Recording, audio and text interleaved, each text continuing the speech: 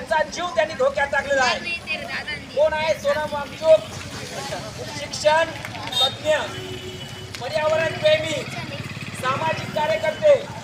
त्यांनी जर विचार केला त्यांच्या नावावर कितीतरी पेटंट आहेत, त्यांनी ते सर्व पेटंट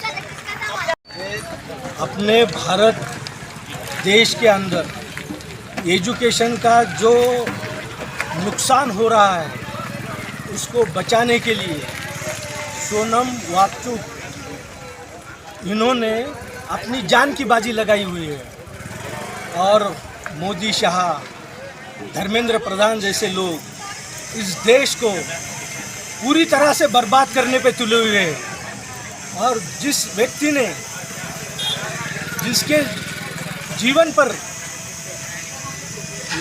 3 इडियट जैसी मूवी बनी है और आमिर खान जैसे कसे हुए मंजे हुए कलाकार ने रैंचो की मतलब सोनम वांगचुक की भूमिका की है, ऐसे व्यक्ति के लिए आज पूरी इंडस्ट्री उनके पीछे खड़ी हुई है।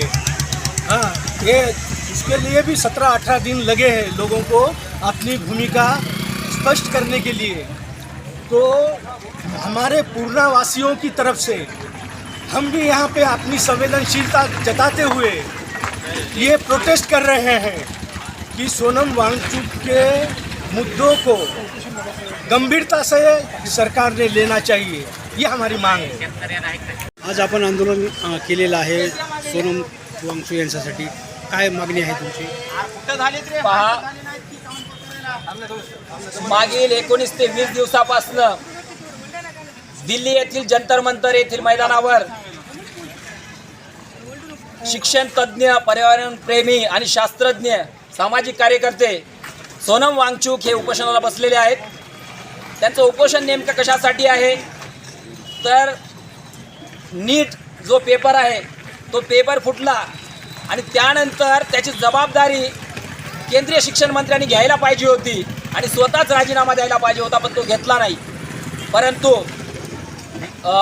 घेतला नसल्यामुळे मग काही काँग्रेस पार्टी म्हणा किंवा काही तरुण देशातले जे आहेत त्यांनी आंदोलन सुरू केलं आणि त्याला पाठिंबा म्हणून सोनम वांगचुक यांनी आपल्या उपोषणाला सुरुवात केलेली आहे। मागच्या 19 ते 20 दिवसापासून त्याच्या पोटात अन्नाचा कण नाही किंवा पाणी नाही आणि परवाच्या कॅगच्या रिपोर्टनुसार जर पाहिलं आपण तर त्या कॅगच्या रिपोर्टमध्ये सांगितलं की 2 दिवस समजा त्यांनी आता उपोषण नाही सोडलं तर त्याचा जीवसुद्धा जाऊ शकतो।